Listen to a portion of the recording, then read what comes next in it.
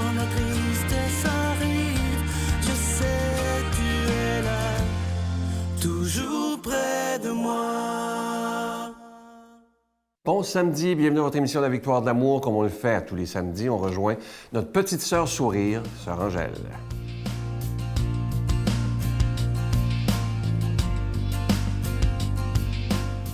Oui, alors nous sommes là. J'étais en train de méditer ce matin, juste avec une lumière. Et cette lumière me dit, dans le fond de moi-même, voyez-vous, elle est calme. Ça veut dire que quand tu regardes la lumière et toi, tu es calme, elle n'est pas trop excitée, ça veut dire que tu prends du mieux, tu acceptes mieux les choses de la vie. Alors, aujourd'hui, je voulais vous parler, témoigner de sa vie. Il faut être des témoins. Comme Saint Ignace disait toujours, cette grande prière que nous, les Sœurs du Bon Conseil, on dit souvent. Parce que c'est la prière, et le pape, il doit la dire tous les jours, lui aussi, parce qu'il a le même esprit de Saint Ignace. Rendons Dieu présent rien qu'en existant. On peut méditer longtemps là-dessus. Hein? Seigneur Jésus, apprends-moi à être généreux, à te servir comme tu le mérites, à donner sans compter, à combattre les soucis des blessures, à travailler sans chercher de repos, à me dépenser sans attendre d'autres récompenses que celle de savoir que je fais votre sainte volonté. Méditez chaque mot là-dessus et vous allez voir que ça vous prend une semaine de méditation. Donner sans compter, sans se faire souci de la vie, mais travailler parfois sans prendre trop de repos. Alors, le repos, souvent, les personnes qui ont beaucoup une peine, ou qui ont perdu un être cher, ou qui ont quelque chose qui ne va pas, ils s'élancent sur le travail. Ils travaillent. Et ça, des fois, ça fait du bien. J'ai dit toujours, moi, quand je travaille dans mon laboratoire, j'ai dit toujours, c'est un lieu de rendez-vous, c'est un lieu de méditation. Parce que on crée, en créant, on se donne aussi cette ouverture. Et quand on crée jamais pour soi, on crée toujours pour les autres. Alors quand on crée ça, on s'est dit, on ne cherche pas de repos, mais on cherche l'amour et la grande générosité. Vous comprenez, l'amour, c'est ça. Notre Père qui es aux cieux, que ton nom soit sanctifié, que ton règne vienne, que ta volonté soit faite sur la terre comme au ciel. Donne-nous aujourd'hui notre pain de ce jour. Pardonne-nous nos offenses comme nous pardonnons à ceux qui nous ont offensés. Ne nous laisse pas entrer en tentation, mais délivre-nous du mal, car c'est à toi qu'appartient le règne, la puissance et la gloire pour les siècles des siècles. Amen. Mon Père, je m'abandonne à toi. Fais de moi ce qu'il te plaira. Quoi que tu fasses de moi, je te remercie. Je suis prête à tout, j'accepte tout, pourvu que ta volonté se fasse en moi, en toutes les créatures. Je ne désire rien d'autre, mon Dieu. Je remets mon âme entre tes mains. Je te la donne, mon Dieu, avec tout l'amour de mon cœur, parce que je t'aime. Et que ce m'est un besoin d'amour, de me donner, de me remettre entre tes mains, sans mesure, avec une infinie confiance, car tu es mon Père.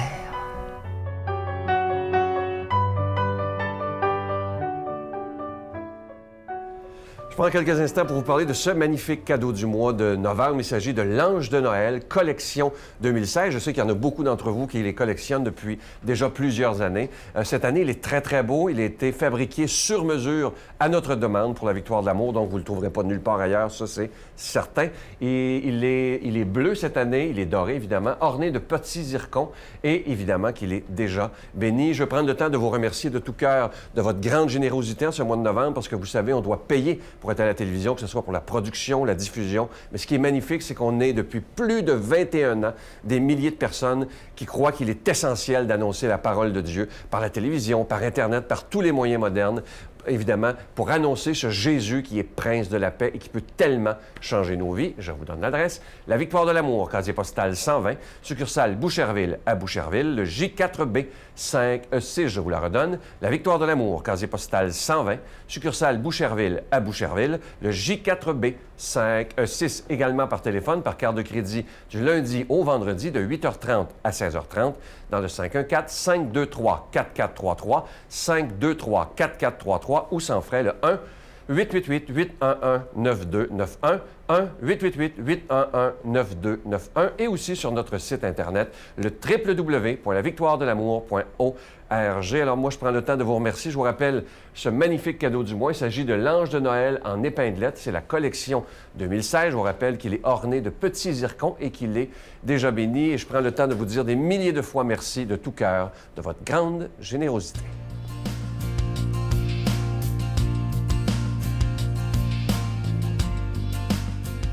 Mon Dieu, donnez-moi la sérénité d'accepter les choses que je ne peux changer, le courage de changer les choses que je peux et la sagesse d'en connaître la différence. Amen. Aujourd'hui, la parole de Dieu est proclamée par l'abbé Éloi Giard.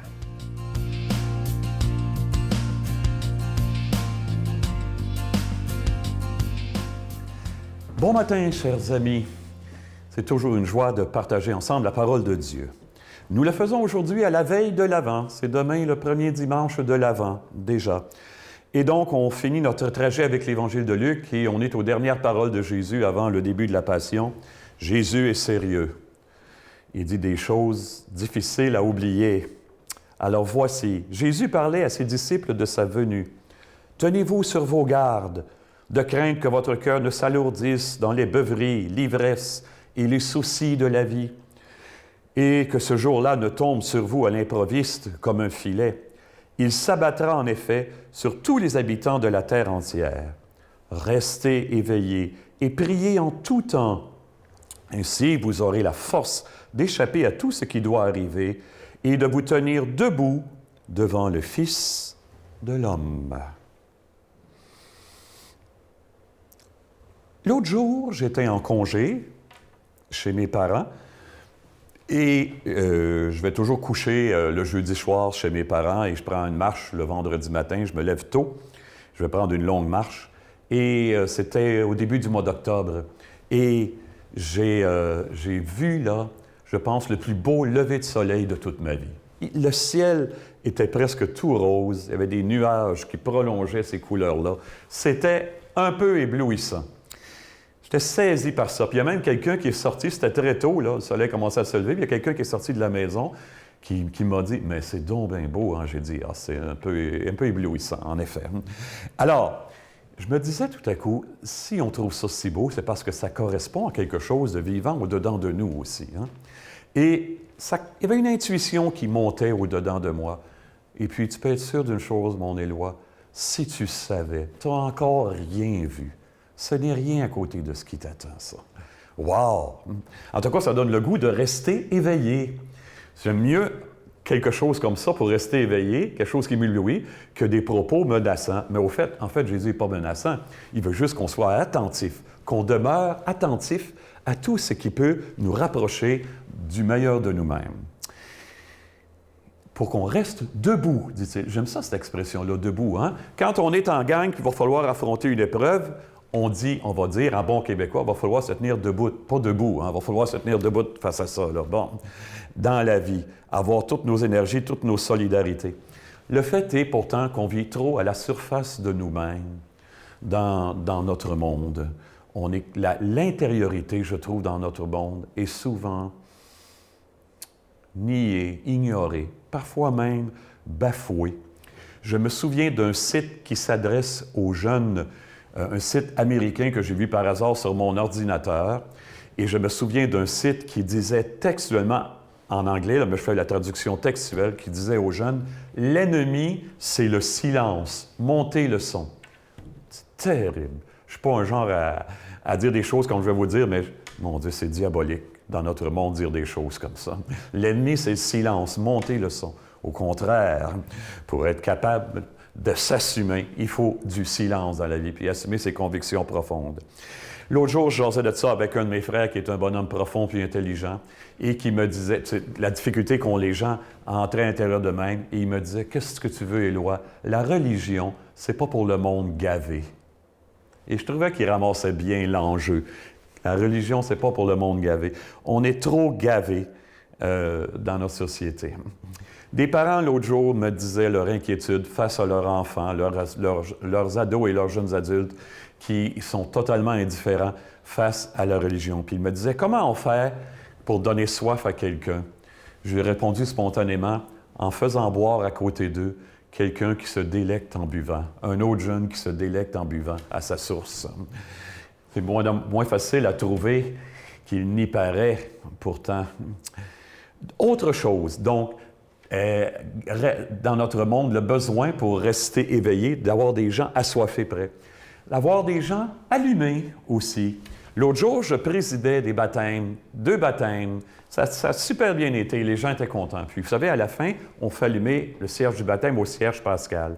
Et je demande à un des pères d'aller allumer son cierge de baptême, le cierge de son enfant au cierge pascal. Et là, je lui disais, communique la lumière à l'autre. Je disais aux gens, ça va-tu lui enlever quelque chose à lui de communiquer ça?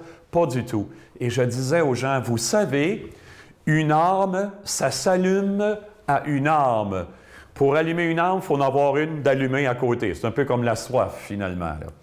J'ai dit, vous comprenez bien ça? Oui. Troisièmement, il faut être aussi des gens éveillés. Une anecdote là-dessus. L'abbé Pierre, dans une émission en France sur la souffrance, il y avait plein de spécialistes, puis lui, il parlait à son tour.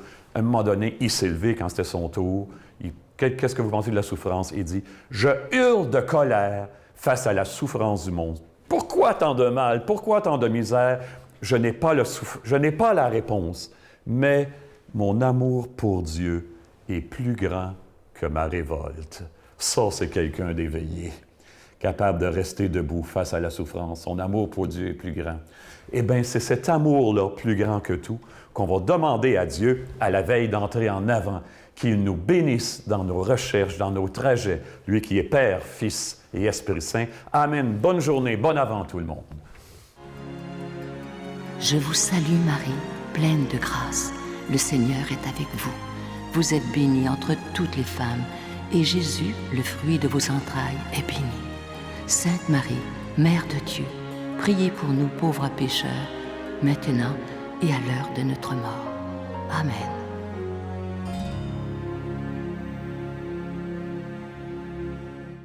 À ne pas manquer demain, une émission qui m'a fait beaucoup de bien. Ça a été un plaisir pour moi d'enregistrer avec eux. Je reçois avec beaucoup de joie Monique et Alain Gagnon. Imaginez, ils ont eu 16 enfants. De nos jours, c'est rare, ça, là. Et imaginez que la petite dernière, Lydie, si je me souviens bien de son nom, elle est trisomique. Et vous allez voir toute l'histoire de cette famille-là. Au début, c'est un choc pour eux d'avoir Lydie qui était trisomique. Et aujourd'hui, cette petite fille, elle chante tout le temps. C'est elle qui a mis l'amour dans la maison. C'est elle qui prend le temps d'aider les parents à prier. Vous allez voir, c'est une émission qui est tellement touchante. C'est que de l'amour demain. Alors, je vous invite à être là. Parlez-en autour de vous, parce que c'est un témoignage de foi assez spécial qui est très touchant. Je vous attends demain. Bye! Et ça a été quelque chose, vraiment une bénédiction, un envoi de Dieu pour nous aider à vivre et à reprendre vie. Là. Alors, et maintenant, c'est sûr que les enfants trisomiques vont à l'essentiel. Ils ont des limites, bien sûr, mais ils ont des grosses qualités. Monique a dit souvent qu'ils ont un chromosome de plus, c'est le chromosome de l'amour. Hein? Ah oui.